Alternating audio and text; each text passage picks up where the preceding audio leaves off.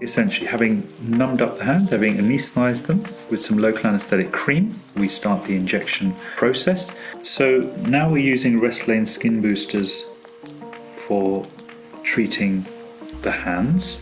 Hands, another area that is often A, neglected by patients, or B, they don't actually know that anything can be done.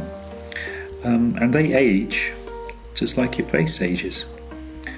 Because the hands, much like the face, that you lose the underlying support from the fat, and as a result of that you tend to see more of the tendons and more of the veins, which makes the hand look older than its years, and also on top of that you have sun damage, which affects the quality of the skin, so you get a crepiness of the skin and a loss of elasticity. And of course we can actually direct the treatment, help with all of those signs of skin aging on the back of the hands. And the funny thing, of course, with hands is it's an area that although you may not necessarily look at your face 20 times a day in the mirror, you see your hands pretty much every minute, every day. And so you're reminded sometimes of the effects of sun damage or age. So many of my patients are so happy and quite surprised actually that you can actually do anything about the back of the hands. They don't realise. I had friends who were shocked by that. Okay. And once you've had some skin booster treatment, you'll notice that both the tendons and the veins are a lot less visible, to get a little bit of volumization of the hands as well. And you found it particularly worked very well for the back of your hands. I found a significant difference with the hands for sure.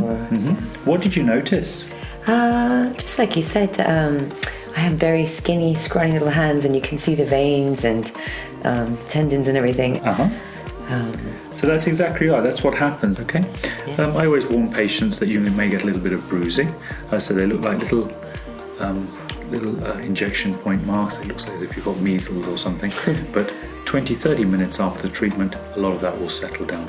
And very, very, very rarely you may get a little bit of swelling in the back of the hand, which normally settles within 24 hours. I wouldn't say it's completely pain-free, although I think you're a fantastic model. I think the local anesthetic numbing cream helps. There's local anesthetic contained within the actual gel itself, so it'll feel quite numb afterwards for about 30 to 40 minutes afterwards, and then that just settles down. And we're just creating a nice even coverage. There's very, very little to see from the injection points actually, but I always will warn patients that you may get a little bit of bruising to watch out for, okay? But you can cover that with makeup. I easily covered it doing a shoot a few days later after the first treatment, and it was no problem. Excellent, excellent. That's very good. So a nice even distribution of this beautiful molecule, which essentially hydrates the skin from the inside, okay? Because we're delivering HA, which is something that's naturally produced in our body, and we're delivering it in the dermis, which is the superficial layer of skin, where it needs to hydrate. And that's why you get such a natural looking result.